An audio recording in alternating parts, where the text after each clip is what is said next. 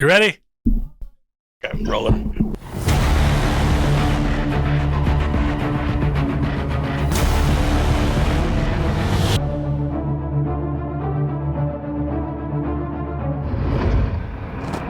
Hi.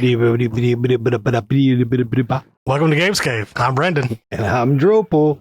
It's off because I'm hot. You just don't want to mess up your hair.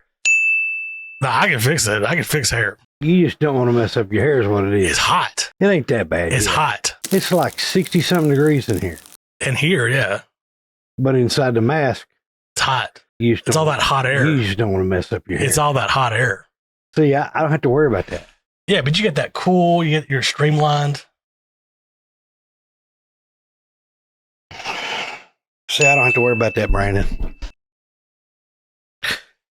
All right. What's up, Brandon? What's up? Welcome back. Yeah, it's been a little while. Been a little while. Yeah, you and Gabe's been. We hold it down. You hold it down. That's good. That's good. I bring the enthusiasm. Somebody's got to. Well, before we get started, let's go ahead and thank our sponsors, Comic Shield. Comic Shield, sponsor of Gabe's Cave. Got the best boxes around for shipping. Hold the comics in place. Excellent boxes. Highly recommend them. If you're a comic shop or just an eBayer, I highly suggest these. They're cheaper now than Gemini mailers. Really? And do a much better job to me of protecting the comics. Much better job. We're also sponsored by Gabe's Cave, Comics, Cards, Collectibles. Come by the store or check out gabescave.com. For what? Comics, cards, and collectibles. It's in the name. And a whole bunch of other stuff. And a bunch of other stuff, too. So if somebody don't have a pull list or want to get on a pull list. That's right. Pull list is on the website. So we mail? We mail. In what? We mail in Comic Shield. Comic Shield. That's right. Guaranteed to get your comics. You're going to get them. Not messed up. And you're going to get them fast.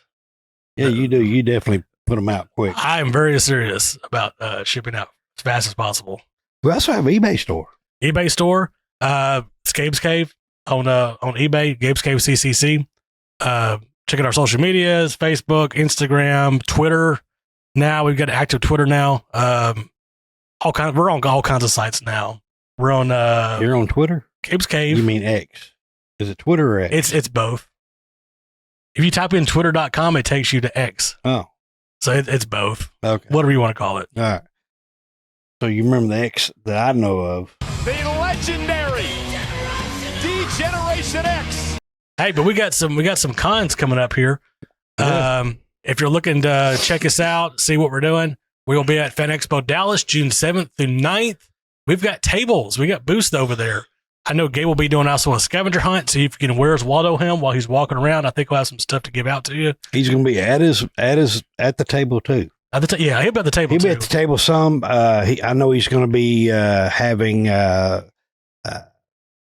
some of our variants covers, but he'll also have the Adventures of Gabe's Cave. There's going to be some covers there. If you haven't had a chance to look at the Adventures of Gabe's Cave, I believe the Legend of Maynard Lake and The Last Hunt, I believe you'll have both of them there. Definitely check us out. I know Tone will be there. I know William Russell, the Angry Artist, will be there. Rob Dieterle will be there. Rob Dieterle will be he'll be at one of our tables with the Adventures of Gabe's Cave.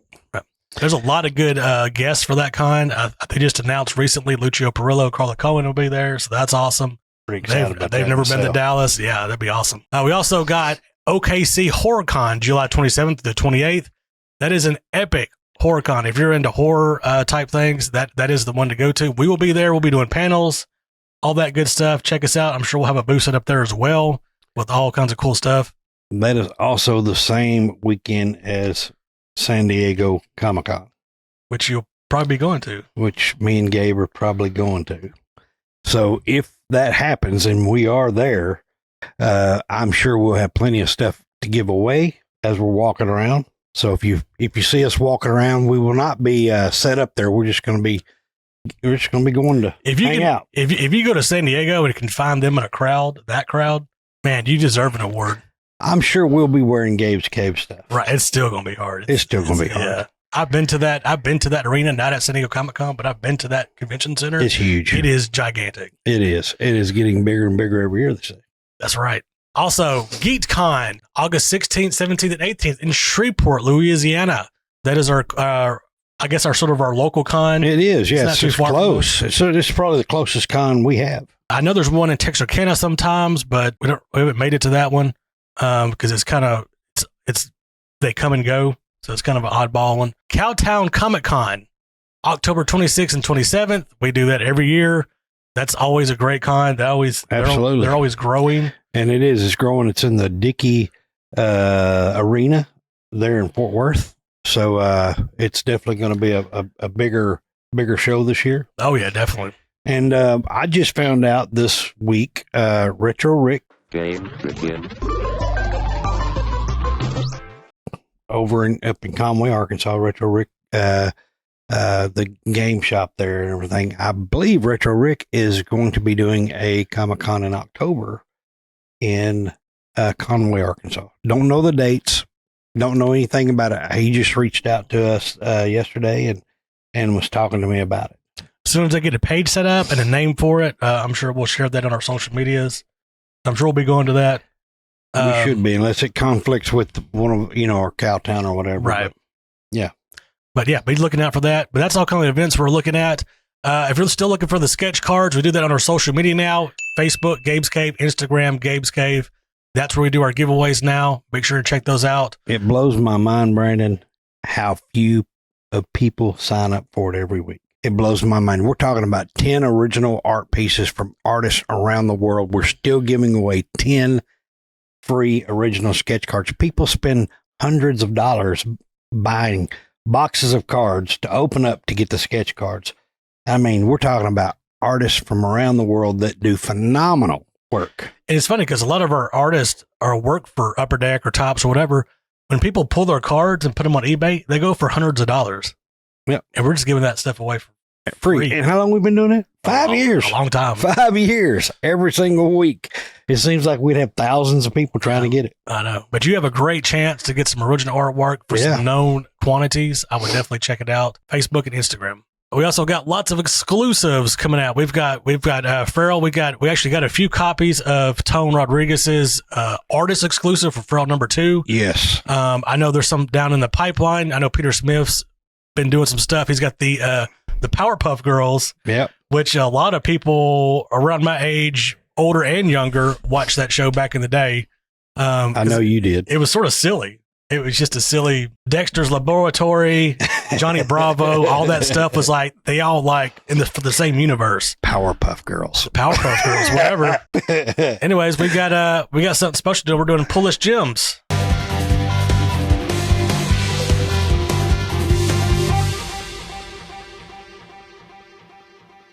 Ah, yeah. Get Fury. Now, just straight off the bat, the cover is really cool. It looks very dark. If you remember back in the 90s, they had this Max lineup series of comics where they were more mature comics. They were really good. The famous ones were like the Punisher Max series. Well, they're doing a Max again, I think because they saw all the stuff that DC was doing the Black Label and getting awards from it and stuff. Actually, they recently announced the Eisner Award nominees for comics for last year. Marvel was like just about shut out. It's all Image and DC. Marvel had a terrible showing. They didn't get very many nominations. So I think this is probably going towards that, trying to get better material out there, a little bit more mature. Anyways. Definitely a mature reading. But definitely a good read. Yeah. Now, you're asking, okay, if you're going to get a mature writer, who are you going to get? You're going to get Garth Ennis. Why are you going to get Garth Ennis? He has a track record of doing excellent, well-written stories, thought out. Think The Boys. He wrote The Boys. He wrote Punisher Kills the Marvel Universe, which is like an old school one that like was a huge book when it came out. They've been reprinting it lately. They also did the Preacher series, which was a show on AMC for a little while. That book was sold out when it came out back in the day. He's done a bunch of good stuff. It continues to do that. And this is in the same vein of all that stuff. It's going to be gritty, probably going to end up a little bit of dark humor in there. Yeah. And it's going to be dark and it's going to throw some twist at you. If you're a reader, definitely a series to get. I'm not telling you this book. Pull List Gems is not about value or anything like that. No. This is about reading. If you're a reader, this is one you want to get in on. I see it going a lot of different directions, but it's definitely an excellent book. It kind of starts off from the perspective of, it looks like a Viet Cong That's right. veteran who's an older man talking about this story. And what do you think about it? I thought it was great. You know, I think the direction it's going, I'm excited to see. Matter of fact, I just recently found out about it, so I'd been gone for a week or so, and so being able to pick it up and read it was really good. And we still have a few copies of it. Definitely. So if you're at your local comic shop and you're looking to find something to read, if you're mature, because it does have language, I think Get Fury is going to be a good series to get. Yeah, if you're able to read The Boys, something like that, something more mature, this is probably going to be for you. It is dark. So I'm going to give you like a very short synopsis and not try to give it away. It is basically so Nick Fury, it's a Vietnam era. He's behind enemy lines. He's been captured. There's no way for them to save him, to go in and save him. He's too deep behind the lines. There's no way they can save him. He's got tons of intel that he knows. So it looks like the government is afraid that if they actually torture him and interrogate him, that he might give away too many secrets. Correct. So they're going to send out their best soldier/sniper out there to just kill him, just to kill him off, not save him, kill him off. And who is their best sniper? That would be Corporal, wouldn't it? Frank Castle. Yeah. Pre-Punisher. Frank Castle is also in Vietnam. So you can imagine what's going to go down here. Was it Captain or Corporal? I can't remember if it was Captain. It might be Captain. Frank Castle. But Frank Castle, he's a mean-looking dude. Of course, Fury's a mean-looking dude. He's mean-looking anyway, right? Right. I mean, so if you're a Punisher fan, if you're a Nick Fury fan, Garth Ennis fan, or if you like war-style comics, I believe this is going to be for you. And it looks like they're going to keep like all the superhero, supernatural stuff of it, which I like. I like it a lot of times when they do the ground level stuff. Well, it's real. I mean, it's kind of like how people like Batman. You know, he's just rich. He has all the high toys. Right. This is real stuff. I mean, this could be like, really happening. I don't think there's a lot of proper war books anymore, like there was like probably in the 60s and 70s. A lot of those World War II veterans wrote a lot of war books. Haven't really got a lot of the Vietnam stuff at all because obviously Vietnam War wasn't popular and the veterans are very bitter about just the way they were approached when they came home. I haven't seen any like Middle Eastern books as far as the Middle Eastern wars. The Desert Storm era. Right. Yeah. But it's refreshing to see this, something in a different direction. I'm glad Marvel's doing something different and bringing back the Max series. Some of us older guys, we want, something that's mature, not too like over the top dirty, but something that's sort of like The Boys, that Punisher Max series type stuff that was so popular in the 90s. It's good to kind of see a return to that. And hopefully this will be a good direction for Marvel. I think so. Is this one of their first Max series that they're coming out with? I think so. I think this is the first one that they're bringing it back with. But Garth Ennis is the right person to bring it back. He has a good track record. I would definitely pick up this book, put it on your pull list. We've got a couple number ones left, so if you check out our website, if we still have it in stock, check it out. Add it to your pull list. We'll ship it to you. If you're not from here, I would definitely get it. It's a really good read. Yep. Yeah. When I just show you some of the art. The art's really good. Let's just kind of show some of the. I mean, it's really good work. Thank you. Is that right? Oh yeah.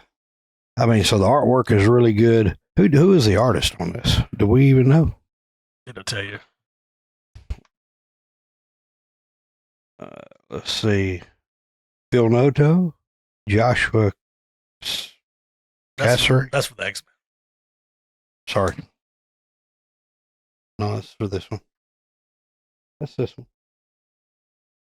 Oh, yeah. There you go. Okay, yeah. There we go. Writer Garth Ennis, penciler is Jack and Burrows, colorist is Guillermo Ortega, colorist is Nolan Woodward, and letterer is Rob Steen. Cover artist is Dave Johnson, who's excellent for this kind of type of stuff.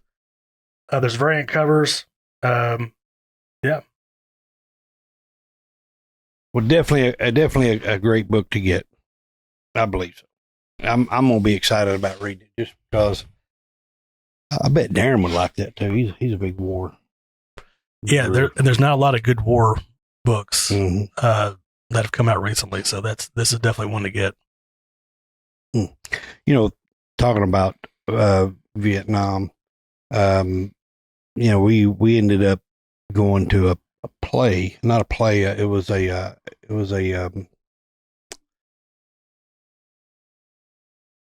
trying to think what it's called. It's about Viet Cong. Viet Cong, yeah, Viet Cong. A lot of people know Quy Nguyen from El Dorado, Arkansas. That's where he was raised at and everything. Him is about his family and what they went through to come here. And just hearing his story and just reading about this, it's a tough. They had a tough life getting here and what they went through, the camps that they had to go to and things like that as parents. So it's tough, but he's a writer for Disney. I mean, he wrote the story. He wrote Strange World, Raya and the Last Dragon. Raya and the Last Dragon. Yep. I mean, so very well known from here. But I had the opportunity last weekend or a couple of weekends ago to spend some time with him. It was really nice to get to know who he is and everything. But this book kind of touching because it's about Vietnam and just kind of thinking about hearing their story. I mean, if you get a chance to go see either the live play of Viet Cong, or if you get which is on Broadway, correct? It is. It is. Definitely a good show to watch. Look, Feral 2, Tone Rodriguez, Tony Felice, and Trish and them working on this book, the new Feral series. That's another one that definitely ought to be a good read. And we have done a pull list gems on that and a preview of that. So people should be well aware to get Feral. It's going to be, I believe it's going to be close to the same thing Stray Dogs did. I mean, Stray Dogs was a 5-book story, I believe. Then they had Dog Days, a couple of those. But I believe Feral's going to be ongoing for a while. Yep. And so it's really good. If you've read the first 2, you know how good of a story it is. I think. I know the second one really ramped it up. Oh yeah, it did. It did. So that's another pull list, I guess. Oh yeah, definitely. All right, man. Well, been good visiting with you, Brandon. Yeah. I'm not around as much anymore, but we'll try to pull you on some more. All right. Thanks for watching, everybody. Bye. Bye.